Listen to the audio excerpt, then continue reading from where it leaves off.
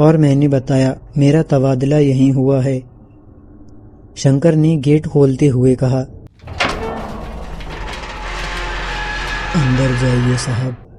لیکن ایک بات یاد رکھیے گا۔ اور جب میں نے پوچھا کہ کیا بات، تو اس نے اپنی بیڑی زمین پر پھینک دی اور بولا، یہاں رات کو آوازیں آتی ہیں، آوازیں سن کر باہر مت نکلنا، کیونکہ اس جگہ پر مردے بھی پوری رات نیند نہیں سوتے۔ یہ سن کر میں نے وہ بات مذاق میں لے لی اور اندر چلا گیا۔ جیسے ہی میں اندر داخل ہوا، بھاری دروازہ اپنے آپ پیچھے سے بند ہو گیا اور اس کی آواز ایسی لگی جیسے کسی نے تابوت کا ڈھکن بند کر دیا ہو، اور اندر قدم رکھتے ہی دوائیوں کی سیلن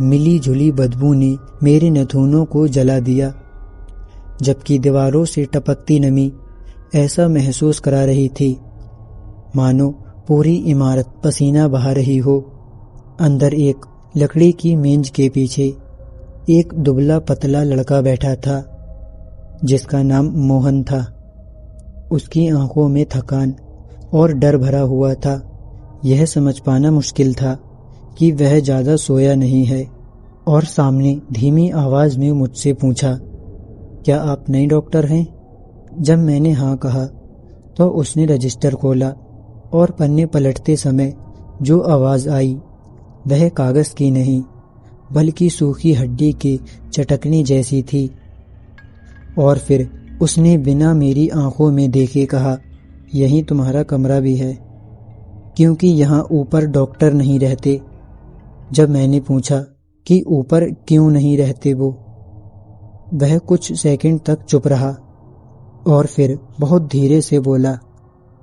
کیونکہ اوپر ہی مردہ گھر ہے۔ اور یہ کہتے ہی کمرے کی ہوا اچانک اور ٹھنڈی ہو گئی، جیسے کسی نے کھڑکی کھول دی ہو۔ موہن مجھے کمرے تک لے گیا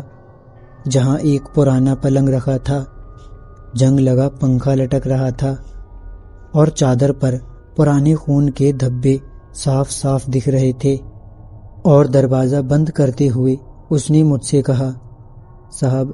اگر رات میں کوئی آواز آئے اور کوئی پکارے تو جواب مت دینا، چاہے وہ آواز میری اپنی ہی کیوں نہ ہو۔ یہ کہہ کر وہ چلا گیا۔ کمرے میں اکیلا رہ جانے کے بعد اور تبھی نیچے مردہ گھر کی دشا سے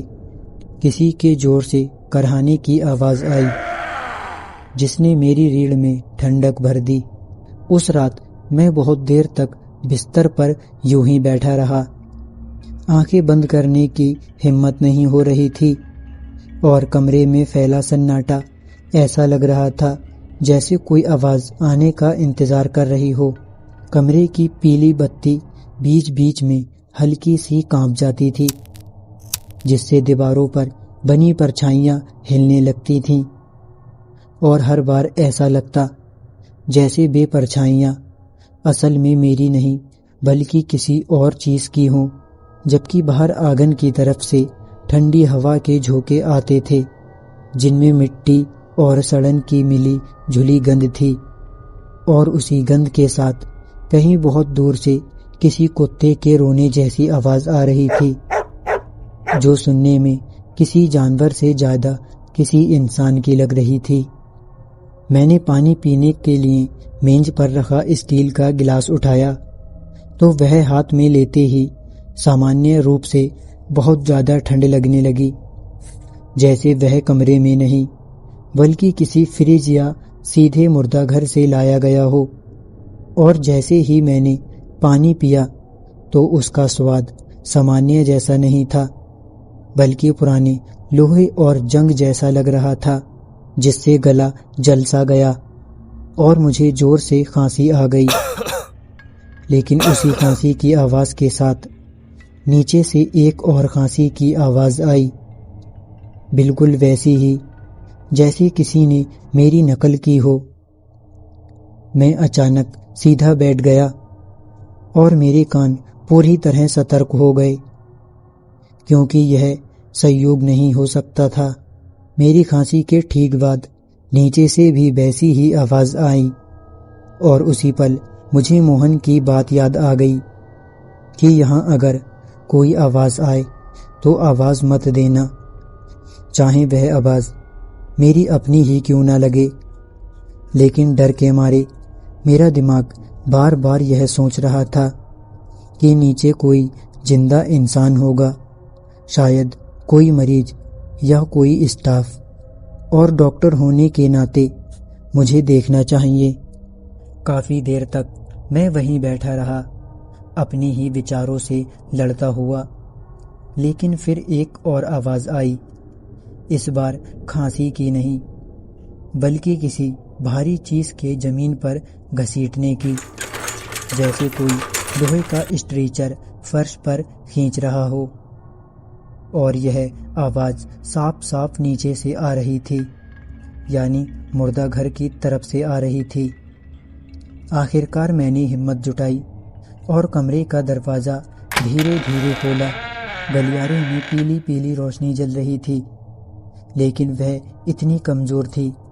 کہ روشنی سے زیادہ اندھیرا دکھائی دے رہا تھا، اور جیسے ہی میں نے باہر قدم رکھا تو مجھے فرش پر کچھ گیلے گیلے نشان دکھائی دیے جو کسی کے پیروں کے لگ رہے تھے، لیکن عجیب بات یہ تھی کہ وہ نشان ننگے پیروں کے تھے، اور اس پر پانی نہیں بلکہ کسی سڑے چپچپے ترل کی پرت جمی ہوئی تھی۔ میں ان نشانوں کو دیکھتے دیکھتے دھیرے دھیرے آگے بڑھا، اور ہر قدم کے ساتھ میرا دل اور زور سے دھڑکنے لگا، کیونکہ بے نشان سیدھے سیڑھیوں کی طرف جا رہے تھے جو نیچے مردہ گھر کی اور جاتی تھیں۔ اور سیڑھیوں کے پاس پہنچتے ہی ٹھنڈی ہوا کا ایک ایسا جھونکا آیا کہ میری ریڑھ میں جھرجھریاں دوڑ گئیں، مانو کسی نے برفیلے ہاتھوں سے مجھے چھو لیا ہو۔ نیچے سے آتی بدبو اب اور تیز ہو گئی تھی، جس سے دوائیوں کی گند کم اور سڑے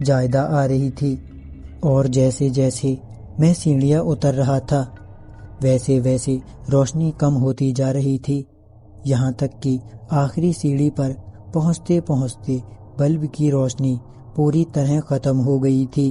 اور صرف اوپر سے آتی ہلکی سی روشنی ہی راستہ دکھا رہی تھی۔ مردہ گھر کا دروازہ آدھا کھلا ہوا تھا، اور اس کے اندر سے وہی گھسیٹنے کی آواز اب صاف صاف سنائی دے رہی تھی، لیکن اس کے ساتھ ایک اور آواز بھی تھی جو کسی آدمی کے کرہانے جیسی لگ رہی تھی، اور یہی وہ پل تھا جب مجھے پہلی بار سچ میں ڈر لگا، کیونکہ مردہ گھر میں کرہانے والی آواز نہیں آتی۔ میں نے کانپتے ہاتھوں سے دروازہ کھولا تو اندر کا درشیہ دیکھ کر میرے پیروں تلے زمین کھسک گئی، کیونکہ بیچ میں رکھا لوہے کا اسٹریچر اپنے آپ دھیرے دھیرے سرک رہا تھا، اور اس پر پڑی لاش کا ایک ہاتھ نیچے لٹک رہا تھا، جس کی انگلیاں فرش کو خروشتی ہوئی آگے بڑھ رہی تھیں، اور اس لاش کی چھاتی بہت ہلکے ہلکے اوپر نیچے ہو رہی تھی، جیسے وہ سانس لینے کی کوشش کر رہی ہو۔ میرے منہ سے آواز نکلتے نکلتے رہ گئی، اور پورا شریر سن ہو گیا، کیونکہ میں نے صاف صاف دیکھا کہ اس لاش کی آنکھیں اچانک کھلیں،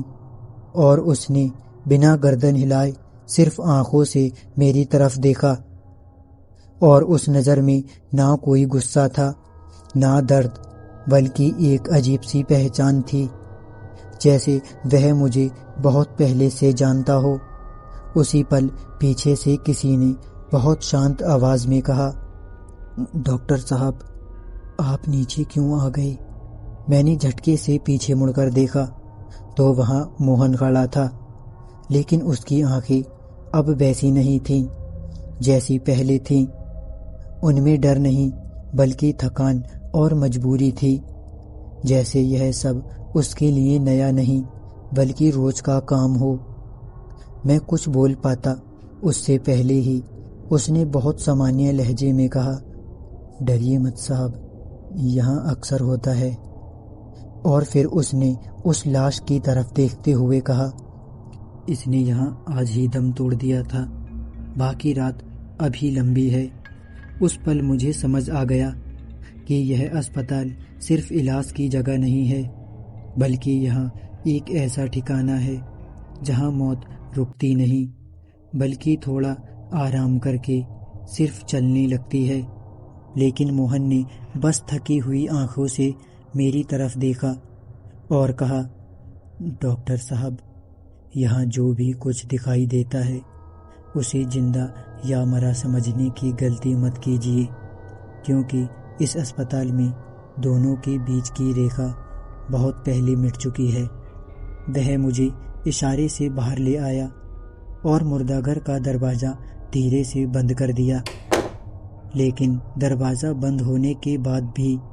اندر سے خروچنے اور دھیمے کرہانے کی آواز آتی رہی، جیسے کسی کو زندہ دفن کر دیا گیا ہو۔